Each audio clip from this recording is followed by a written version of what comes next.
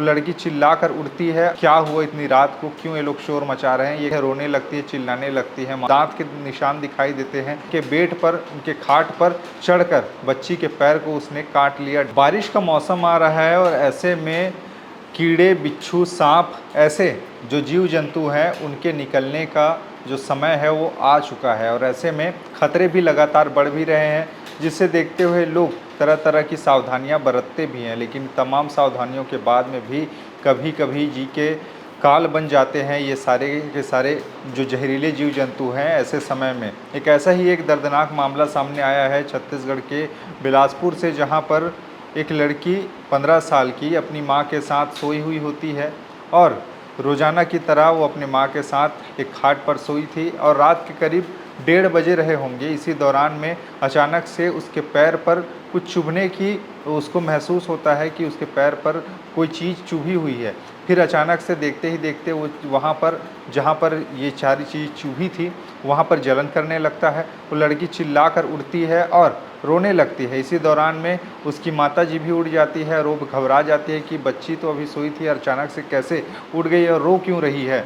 अब इतने भर से लड़की को पूछती है उसकी माँ कि आखिरकार हुआ क्या है, तुम चिल्ला क्यों रही हो, ये कहते हुए फिर अचानक से अपने पैर की तरफ इशारा करके दिखाती है कि यहाँ पर किसी चीज़ ने मुझे काटा है। और ये इतने से देखने के बाद में वहाँ पे 2 जो ज़ख्म है वो दिखाई देते हैं, वो दांत के निशान दिखाई देते हैं। अचानक से माँ ये देखकर दंग रह जाती है और आसपास में देखने लगती है, नीचे निहारने लगती है कि आखिरकार यहाँ पर कोई जीव जंतु तो नहीं है जिसने इसको काटा है। अचानक से टेबल के नीचे में एक काला सांप उसको दिखाई देता है, जिसे देखकर वो दंग रह जाती है, सन्न रह जाती है। वहाँ पर चीखने चिल्लाने लगती है। वहाँ पर पूरे के पूरे परिवार के लोग इकट्ठा हो जाते हैं, घर के लोग इकट्ठा हो जाते हैं कि आखिरकार क्या हुआ इतनी रात को, क्यों ये लोग शोर मचा रहे हैं। ये कहते हुए सभी लोग कमरे में आते हैं, इकट्ठा हो जाते हैं। अचानक से सभी की नज़र सांप पर पड़ती है और सबको लगने लगता है कि कहीं ना कहीं इस बच्ची को सांप ने डसा है। अब तत्काल प्रभाव से उसको इलाज की ज़रूरत थी और बच्ची धीरे धीरे उसका स्वास्थ्य बिगड़ रहा था, धीरे धीरे वो चक्कर खा रही थी। और इसी दौरान में आस पड़ोस के लोगों को भी ये पूरी की पूरी सूचना दी जाती है। परिवार के लोग आस पड़ोस के घर में जाते हैं, उसके दरवाज़ा को खटखटाते हैं, चूँकि रात का समय होता है और ऐसे में सभी लोग गहरी नींद में सोए हुए होते हैं। कई लोग दरवाज़ा खोलते भी हैं और उनको बताया जाता है कि उनके घर की बच्ची को सांप ने डसा है, सांप ने काटा है और उनको उनकी मदद चाहिए। लोग मदद के लिए आगे भी आते हैं, लेकिन वहाँ पर सभी लोग आनन फानन में गाड़ी की व्यवस्था करते हैं और गाड़ी की व्यवस्था समय पर नहीं हो पाती और देखते ही देखते उस लड़की का तबीयत जो है वो बिगड़ता जाता है और धीरे धीरे धीरे धीरे करके वो नींद में चली जा रही होती है। लोग किसी तरीके से, परिवार वाले उसे जगाने की कोशिश कर रहे थे कि आँख ये किसी तरीके से मूंदे ना और इसकी तबीयत ठीक ठाक रहे।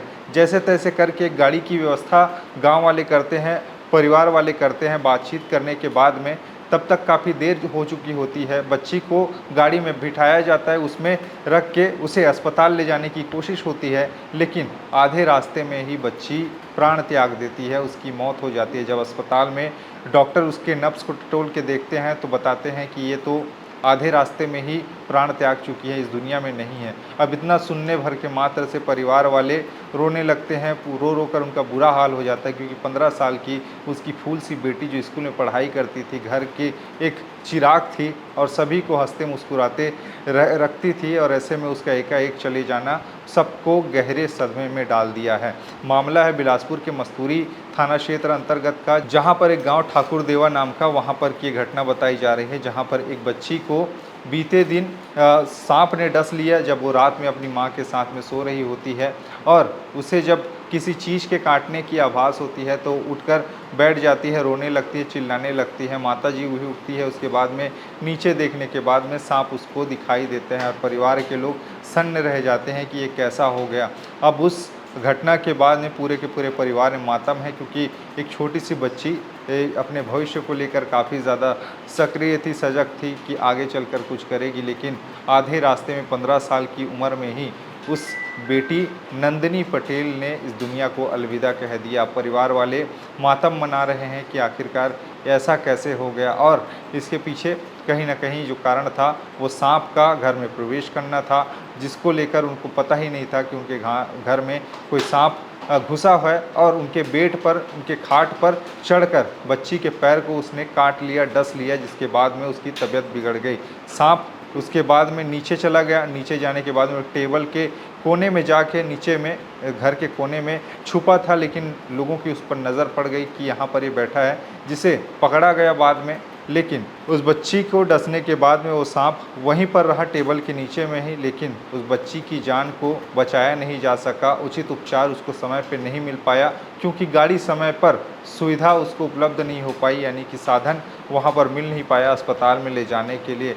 अब इस घटना की पूरी चर्चा आसपास में है, और चर्चा इस बात को लेकर भी है कि आजकल जो वातावरण बन रहा है, मौसम बदल रहा है, नमी के दिन आ रहे हैं, बारिश के दिन आ रहे हैं, और ऐसे में जो छोटे मोटे जीव जंतु हैं, जो जहरीले बिच्छू, डंक मारने वाला बिच्छू, सांप, यहाँ तक कीड़े मकोड़े अब ऐसे दिन में निकलने लगते हैं। और ऐसे में सबसे ज़्यादा ज़रूरी लोगों के लिए ये हो गया है कि अपने घर में जहाँ जहाँ भी जो होल दिखाई दे रहा है दरवाजे में, अगर उनको तनिक भी लग रहा है कि यहाँ से कोई जीव जंतु प्रवेश कर सकता है, तो वहाँ पर उसे तुरंत रात में सोने के समय पूरी तरीके से ढक दे, ताकि वहाँ पर किसी तरीका का कोई भी जीव प्रवेश न कर सके। इसके अलावा अगर आपके साथ भी ऐसा, आपके परिवार में किसी के साथ में ऐसा होता है जिसको किसी ने सांप काटा है या फिर बिच्छू ने डंक मारा है, तो तुरंत आपको झाड़ फूँक की जगह इलाज के लिए सोचना चाहिए।